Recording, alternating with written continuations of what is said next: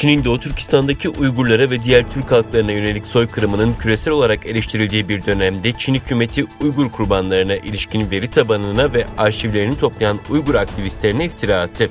Çin Dışişleri Bakanlığı tarafından düzenlenen bir basın toplantısında sözde Sincan Uygur Özerk Bölgesi Bilgi Ofisi Sözcüsü Avustralya Stratejik Politika Merkezi tarafından kurulan Sincan Veri Projesi, yine Bunin tarafından kurulan Şahit Biz Ağa ve Dünya Uygur Kongresi tarafından kurulan Uygur Adliye Arşivi gibi veri tabanlarının ABD ve Avustralya'daki Çin karşıtı güçler tarafından mali olarak desteklendiği iddia edildi.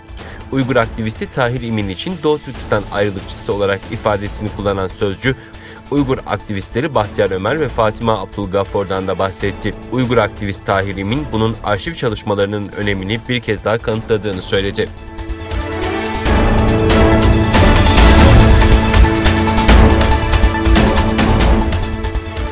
Japonya'da Uygur Türkleri Japon firmalardan Çin'deki işletmelerinin Sincan Uygur Özerk Bölgesi'ne zorla çalıştırılan Uygur Türklerinden menfaat elde eden fabrikalarla muhtemel irtibatlarının soruşturulmasını talep etti.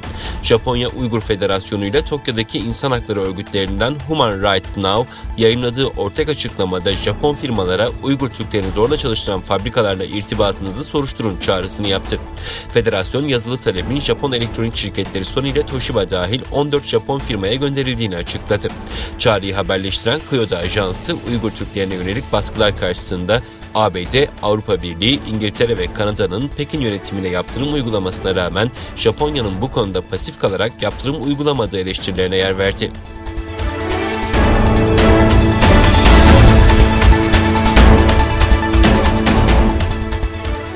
Avustralya Dışişleri Bakanı Marisa Payne, Çin'de Uygur Türklerinin sistematik baskı ve işkenceye uğradığı iddialarına ilişkin ellerinde güvenilir raporlar olduğunu ileri sürdü.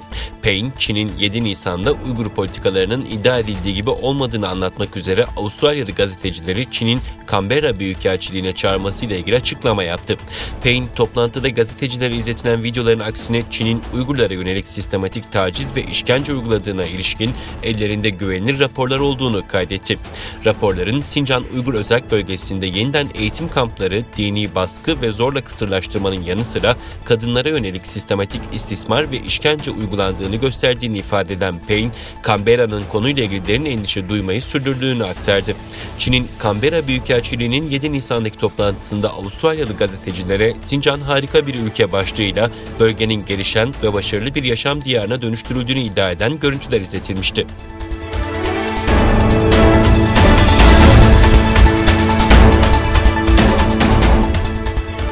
Çin Dışişleri Bakanlığı, ABD'nin 7 Çinli kuruluşu kara listeye almasına ilişkin Çin tarafı gerekli karşı tedbirleri alacak açıklamasını yaptı.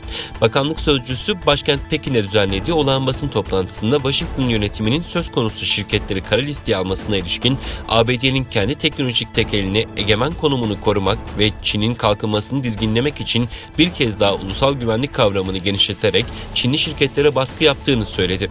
Ülkesinin ABD'nin tutumuna kararlılıkla karşı çıktığını belirten sözcü, Çin tarafı gerekli önlemleri alacak ve Çinli şirketlerin hak ve menfaatlerini kararlılıkla koruyacak dedi.